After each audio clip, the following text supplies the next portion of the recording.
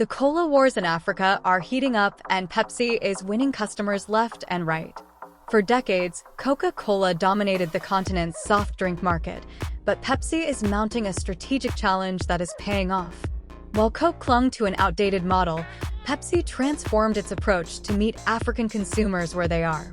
It understood the critical importance of price and availability over small taste differences.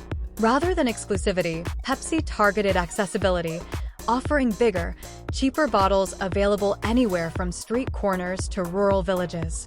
There are a few key reasons for Pepsi's growing success in Africa. Price and availability. First, Pepsi understands that African consumers care more about price and availability than subtle differences in taste. While Coke has traditionally targeted the middle and upper classes with higher prices, Pepsi focuses on affordability. Pepsi offers larger and cheaper bottle sizes that are within the budgets of low-income customers. Efficient distribution. Second, Pepsi utilizes a different distribution strategy that gets their products to more consumers.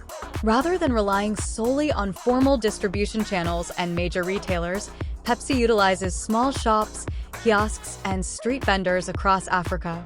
By partnering with these ubiquitous small businesses, Pepsi ensures wide distribution, even in remote areas and informal settlements. Coke, meanwhile, still focuses its distribution primarily through major supermarkets and retailers. This means that large swaths of the African population have less access to Coke products.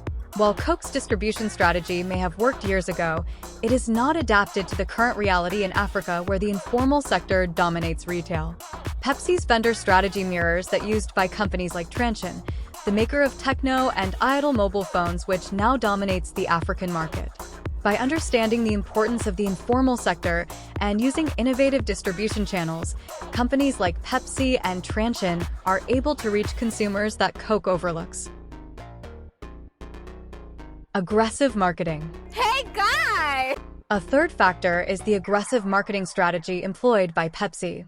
They have targeted younger, aspirational consumers with promotions, endorsements with celebrities and musicians popular in Africa, and social media campaigns.